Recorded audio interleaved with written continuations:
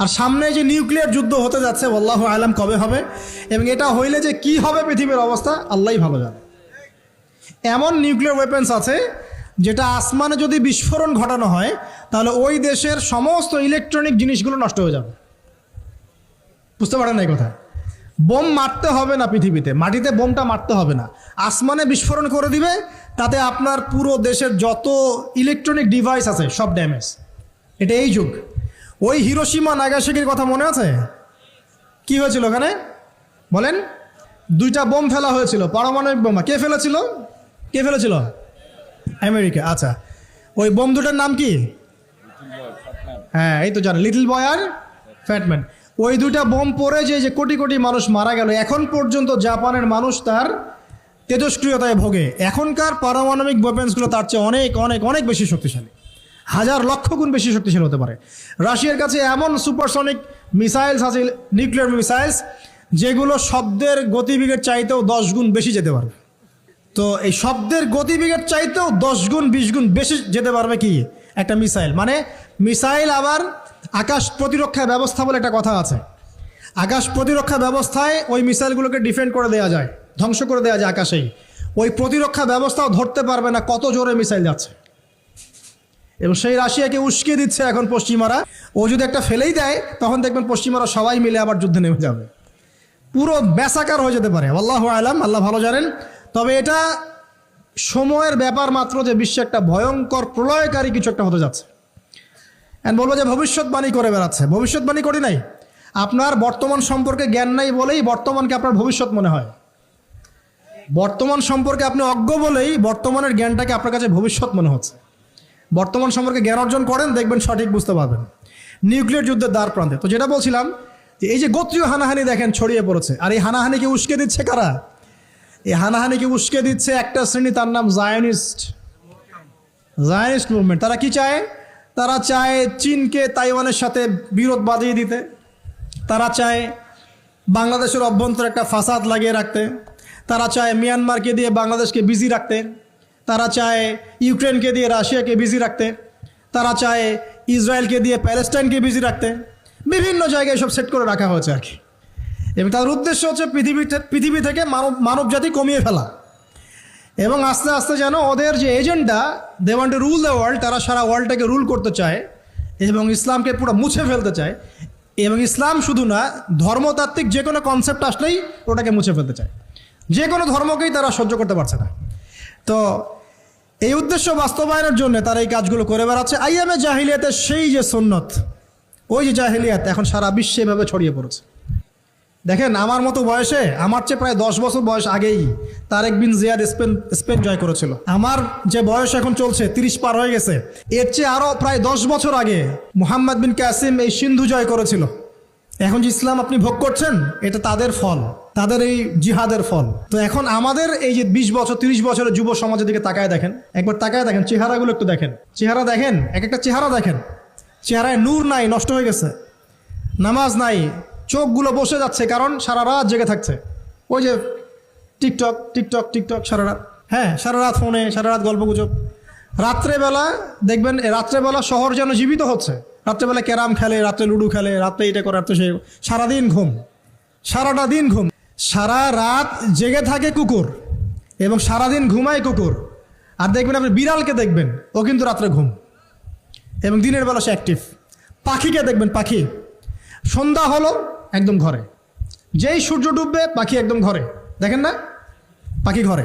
আর যেই ফজর হবে পাখি বের হয়ে গেল। আর আল্লাহ রাসূল সাল্লাল্লাহু আলাইহি ওয়াসাল্লাম হয়তো বা এই কারণেই, আল্লাহ ভালো জানেন, তিনি বলেছেন এমন কিছু মানুষ জান্নাতে যাবে যাদের মনটা হবে পাখির মতো। সুবহানাল্লাহ। দেখেন পাখি কি করে, একদম সন্ধ্যা হলো ঘরে ঢুকে গেল, যেই ফজর হবে একদম ফজরের আগে আগে সে বের হয়ে গেল।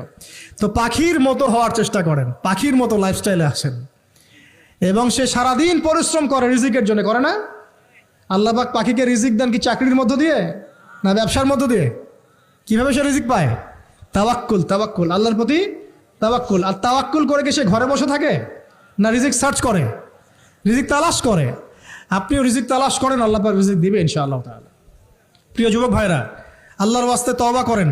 যারা যারা মাদকদ্রব্যের সাথে সংশ্লিষ্ট আছেন বা থাকার সম্ভাবনাও ছিল, এর ধার কাছেও যাবেন না। ওয়াদা করছেন তো? এবং গোপন পাপে লিপ্ত হবেন না, গোপন পাপে লিপ্ত হবেন না। আপনি যৌবনকে ধরে রাখেন, ইনশাল্লাহ দেখবেন আপনি সারা জীবন এনজয় করতে পারবেন ইনশাল্লাহ। কিন্তু যদি এখন নিজেকে শেষ করে ফেলেন, এখন নিজেকে শেষ করে ফেললে আপনি বিয়ে করলে পরেও দেখবেন আপনি পস্তাচ্ছেন। ওই যে কলিকাতা হারবালে যেতে হবে, তখন মডার্ন হারবালে দৌড় দিতে হবে। আর সব হারবাল টারবাল খেয়ে লাভ হয় না। কারণ কি? কারণ আল্লাহ প্রদত্ত যে নেয়ামত সেটা আপনি নষ্ট করে ফেলেছেন। এখন এইটা আর আপনি ক্ষতিপূরণ দিতে পারবেন না। অতএব জীবনটাকে সিরিয়াসলি নেন। মুসলিম তরুণ যুবকদেরকে উদ্দেশ্যে বলছি যে আপনারা কায়িক পরিশ্রম করেন, কায়িক পরিশ্রম করেন। 5 ওয়াক্ত সালাতটা আল্লাহর ওয়াস্তে নামাজে মসজিদে এসে পড়েন। বেশি কিছু করতে বলছি না ভাই, আমার কথা শোনেন, বেশি কিছু করতে বলছি না। আল্লাহর ওয়াস্তে 5 ওয়াক্ত নামাজটা মসজিদে পড়েন, পারবেন না? আচ্ছা, ডেইলি 10টা পৃষ্ঠা করে কোরআন তেলাওয়াত করেন, পারবেন? আল্লাহ তৌফিক দান করুন। ডেইলি 2-4 টাকা করে সদকা করেন, পারবেন? আচ্ছা, প্রত্যেক দিন কিছু দাওয়াতি কাজ করেন। আমর বিল মারুফ, সৎ কাজের আদেশ করবেন, নাহি আনিল মুনকার, অসৎ কাজে নিষেধ করবেন। পারা যাবে ইনশাআল্লাহ। আপনি হালাল রিজিকের একটা সন্ধান খোঁজার চেষ্টা করেন, পারবেন ইনশাআল্লাহ। পড়াশোনায় নিজেকে ব্যস্ত রাখেন, লেখাপড়ায় নিজেকে ব্যস্ত রাখেন। যদি এর পাশে আপনি সময় পান, আমি বলবো আপনি খেলাধুলা করেন। যদি সময় কিছু বের করতে পারেন, কায়িক কিছু পরিশ্রম করেন, প্রয়োজনে কিছু কসরত করেন, জিম করেন, খেলাধুলা করেন। তারপরেও পর্নে যায় না, তারপরেও গার্লফ্রেন্ডের পিছনে সময় নষ্ট করেন না, তারপরেও যে টিকটক, ফেসবুক, ইউটিউব নিয়ে পড়ে থাকেন না। ওগুলোর চেয়ে খেলাধুলা করা অনেক ভালো আছে। অ্যাটলিস্ট আপনি ফিজিক্যালি ফিট থাকবেন। অনেকে বলতে পারে যে এটা না করলে হয়, এটা বাজে কাজ, সময় নষ্ট। আমি মনে করি এখনকার যুবকরা যেসব পথে সময় নষ্ট করছে, এর চাইতে অ্যাটলিস্ট খেলাধুলা করলে ভালো ছিল। একটা সময় ছিল না, আজকে থেকে 10 বছর আগে প্রচুর খেলা হতো না? ক্রিকেট হতো, ফুটবল হতো, এই ব্যাডমিন্টন হতো শীতকালে, তাই না? তো খেলার লিপ্ত থাকলে কিন্তু আমাদের মধ্যে একটা হৃদ্যতা, একটা বন্ড তৈরি হতো, একটা বন্ড। আমরা অনেক টুর্নামেন্ট খেলতাম না?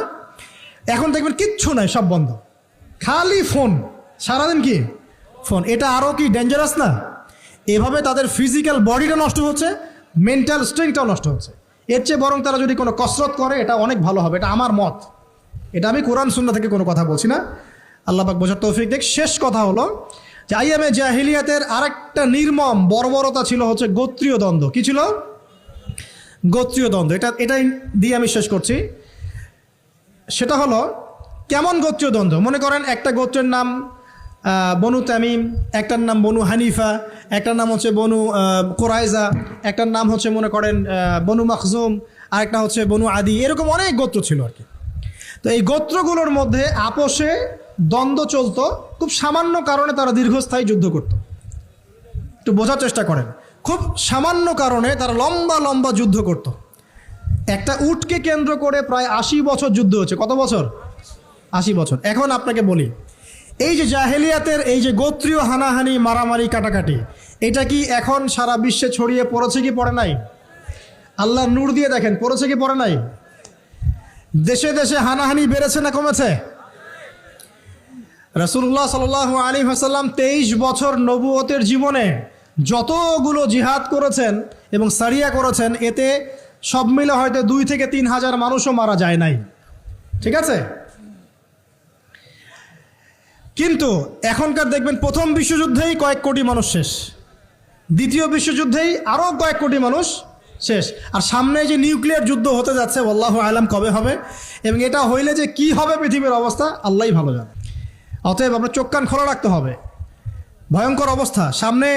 দেখেন না, গভর্নমেন্ট বলছে এখন সামনে ভয়ঙ্কর খাদ্য সংকট দেখা দিবে, কৃষিজ দিকে ফোকাস করতে বলছে এবং নিজেদের খাদ্য উৎপন্ন করার দিকে মনোযোগী হতে বলছে। এই কথাগুলো 5 বছর থেকে বলি নাই, তখন তো খারেজি হয়ে গেছিলাম। এখন এই কথাগুলো খোদ আমাদের দেশের প্রাইম মিনিস্টারও বলছেন, আলহামদুলিল্লাহ, তাকেও সেই বুঝ আল্লাহ পাক দান করেছেন। তো এই যে কথাগুলো, এগুলো কোনো অলিক গল্প কাহিনী নয়। যারা ওয়ার্ল্ড অ্যাফেয়ার্স বলছেন তারা জানেন যে বিশ্ব এখন একটা ভয়ঙ্কর একটা অবস্থার সম্মুখীন হয়েছে। এটা আপনারা বুঝতে হয়তো দেরি করে ফেলছেন। আল্লাহ পাক আপনাদেরকে বোঝার তৌফিক দান করুন, আমিন। শেষ কথা বলি, ওই দ্বন্দ্বটা কিন্তু দেশ থেকে দেশ ছড়িয়েছে, যেমন ঠিক একইভাবে ধর্মের মধ্যেও ছড়িয়েছে। ধর্মের মধ্যেও আমরা কিন্তু বহু দলে ভাগ হয়ে গেছি। এমনকি মুসলিমদের মধ্যেও আমরা শততা বিভক্ত বিভিন্ন দলে, আছে না? এক দল আরেক দলের লোকদেরকে সহ্য করতে পারে না, আরেক দলের ইমামকে সহ্য করতে পারে না, হ্যাঁ, এক সংগঠনকে সহ্য করতে পারে না। এই যে গোত্রীয় হানাহানির সুন্নত, ওই আয়ামে জাহিলিয়াতের সুন্নত, এটা এখন মুসলিমদের মধ্যেও ঢুকে পড়েছে।